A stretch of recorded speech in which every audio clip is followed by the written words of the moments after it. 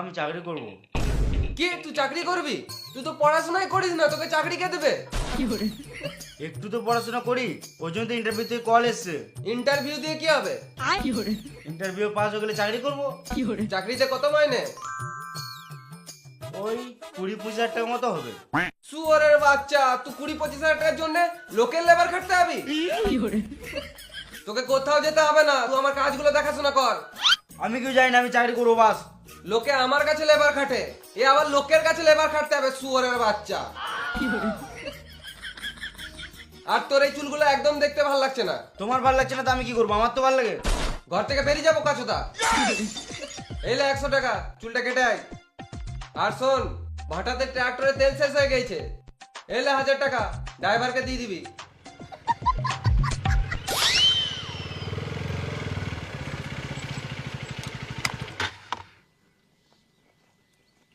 বাবা টাকাটা দিয়ে পাঠিয়েছে।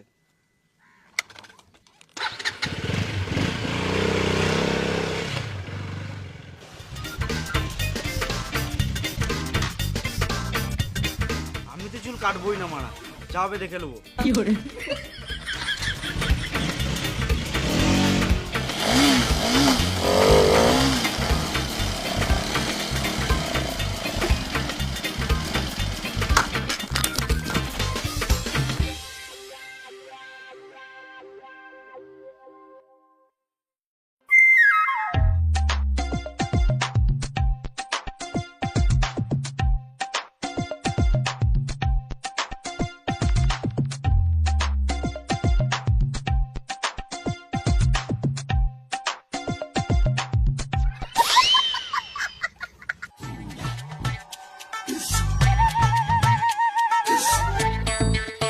ওরে বাবু নিচে আয়। গান মারা গা, যা হবে দেখা যাবে, আমি তো চুল কাটবোই না।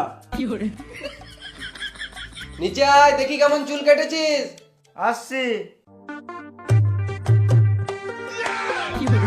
কই গো, তোমার ছেলে সারপ্রাইজ দিবে, এসো।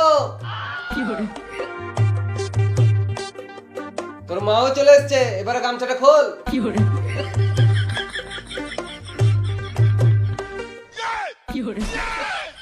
আরে চুল কাটিস না কেন? আমার চুল কাটেছে না বাবা, আমি চুল কাটবো না, আমার বড় চুলই ভালো লাগে। দেখছো তো ছেলেটা তোমার জন্য খারাপ হয়ে গেছে, বাপের কথা শুনছে না। না না বাবা, মেন্ড বাবা, মেন্ড।